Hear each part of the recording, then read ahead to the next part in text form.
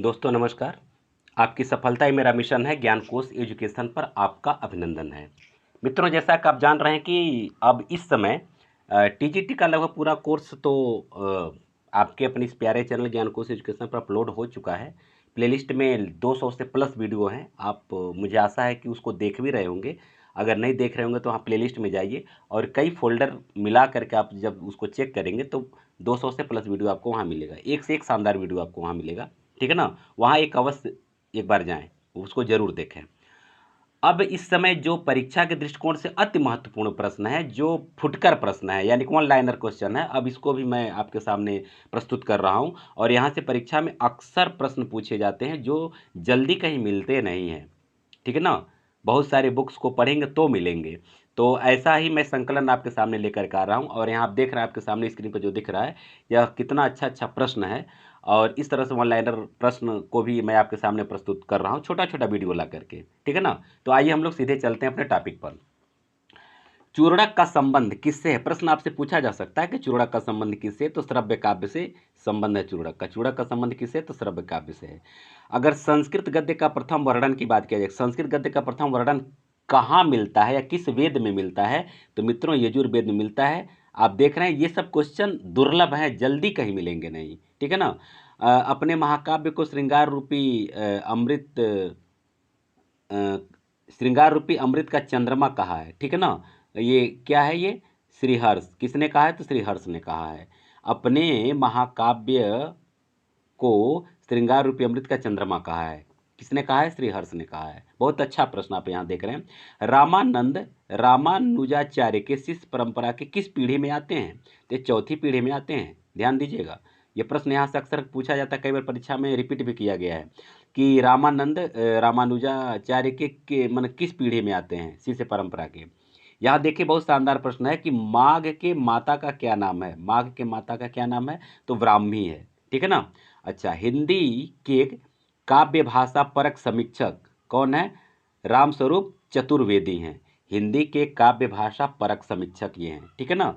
अच्छा, आगे हम लोग बढ़ते हैं। देखिए, सुमेलित कीजिए, यानी कि अभिनय अभिनय किस में मिलता है? चारों वेद की क्या क्या विशेषताएं, इसको देखिए कि अभिनय जो मिलता है वह यजुर्वेद में मिलता है।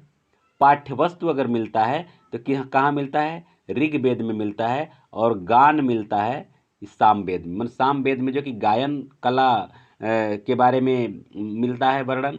पाठ्य वस्तु के बारे में ऋग्वेद में मिलता है। अभिनय के बारे में यजुर्वेद में मिलता है।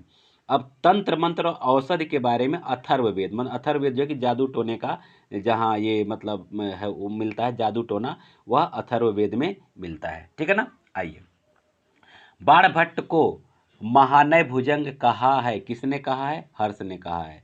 बहुत अच्छा प्रश्न है, जल्दी कहीं मिलेगा नहीं। काव्य मीमांसा के अध्याय कितने हैं? 18 हैं। कितने अध्याय हैं? 18 हैं।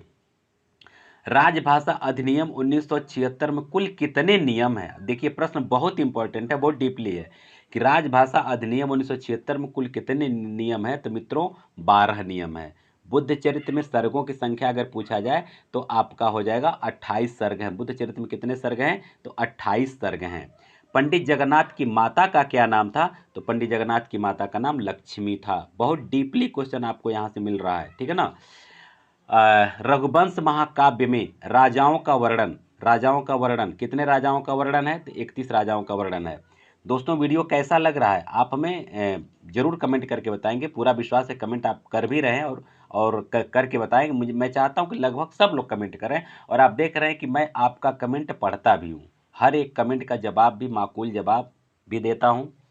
तो बस यही एक है कि आपका कमेंट हमें बल देता है कि हमें और बेहतर कुछ करना चाहिए। ठीक है ना। नहीं कमेंट करते हैं तो फिर थोड़ा सा लगता है कि नहीं, इस तरह का वीडियो आपको नहीं चाहिए और लग रहा है कि मतलब हमारा प्रयास सार्थक नहीं हो रहा है। तो कमेंट करना बहुत ज़रूरी है। लाइक भी करते चलिए। ठीक है ना। शेयर करते चलिए अपने दोस्तों को, जो लगता है कि हाँ आप अपने दोस्त को भी आगे बढ़ाना चाहते हैं। और साथ ही साथ आप अगर नए हैं और हमेशा वीडियो प्राप्त करना चाहते हैं तो इसको सब्सक्राइब कर लीजिए और प्लेलिस्ट को अवश्य एक बार देखिएगा। अगर आप कहेंगे तो इसका मैं टेलीग्राम पर पीडीएफ भी डाल दूंगा और टेलीग्राम चैनल इसी वीडियो के डिस्क्रिप्शन में है, वहाँ कई प्लेलिस्ट का डायरेक्ट मैं लिंक भी दे दिया हूँ, प्लेलिस्ट का लिंक मैं दिया हूँ जो परीक्षा के लिए बहुत महत्वपूर्ण है आपके लिए, तो उसको आप देख लीजिएगा, बस देख लीजिएगा। चलिए आगे बढ़ते हैं। मैं भारतेंदु का दरबार का दरबान हूँ, ये कथन किसका है? तो निराला जी का कथन है दोस्तों। ये कथन किसका है? ये निराला जी का कथन है कि मैं भारतेंदु के दरबार का दरबान हूँ। बहुत शानदार प्रश्न है ये।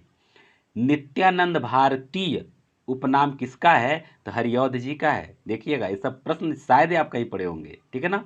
बाल रामायण में अंकों की संख्या कितनी है? तो बाल रामायण में अंकों की संख्या मित्रों है 10। अमीर खुसरो को अवधि का प्रथम कवि किसने माना है? तो किसने माना है? तो रामकुमार वर्मा ने माना है, ठीक है ना। धर्म, नैतिकता और विज्ञान के लेखक कौन है? धर्म, नैतिकता और विज्ञान एक रचना है, इसके लेखक कौन है? ये दिनकर जी हैं। वह सामग्री जो हवन के लिए हो उसको एक शब्द में क्या कहते हैं? हवि कहते हैं, हवि, ठीक है ना। हिंदी में मिलावट नहीं खपती, उसका व्याकरण नियमबद्ध है यह पंक्ति। बहुत शानदार पंक्ति है, देख रहे हैं। यह पंक्ति किसकी है? तो यह पंक्ति धीरेन्द्र वर्मा की है। किसकी है? धीरेन्द्र वर्मा की पंक्ति है कि हिंदी में मिलावट नहीं खपती, उसका व्याकरण नियमबद्ध है। ये पंक्ति जो है कि धीरेन्द्र वर्मा का है। एक शानदार पंक्ति है अभिज्ञान शाकुंतलम से, क्या है? अर्थो ही कन्या परकीय इव। यह पंक्ति कहाँ से लिया गया है? अभिज्ञान शाकुंतलम से लिया गया। बहुत अच्छा प्रश्न है। आम औरत जिंदा सवाल, आम औरत जिंदा सवाल ये किसका है? सुधा अरोरा का है। और शांत रस को स्थान दिया, मैंने शांत रस का एक तरह से यूं कहिए कि प्रतिपादन किया, स्थान दिया, किसने दिया? मम्मट ने दिया, ठीक है ना। चलिए आगे देखिए। उत्तर रामचरितम का प्रथम अंक क्या है? बहुत शानदार प्रश्न है। उत्तर रामचरितम का प्रथम अंक क्या है आपका? पंचवटी प्रदेश से प्रथम अंक है, ध्यान दीजिएगा। और दंडी की कृति को सरस्वती मणि दर्पण किसने कहा है? दंडी की जो कृति है, जो उनकी रचना है, सरस्वती मणि दर्पण किसने कहा है? तो गंगा देवी ने कहा है। किसने कहा है? गंगा देवी ने कहा है। तो मित्रों, इसी तरह से छोटा छोटा वीडियो आपको लेकर मैं आता रहूँगा। आज बस इतना ही। अब इसका हम मिलते हैं अगले वीडियो में। जाते जाते एक निवेदन, फिर वही छोटा सा, लाइक, शेयर और सब्सक्राइब कर दीजिए और अपने दोस्तों के पास अधिक से अधिक शेयर कीजिए। आप सबको बहुत बहुत धन्यवाद।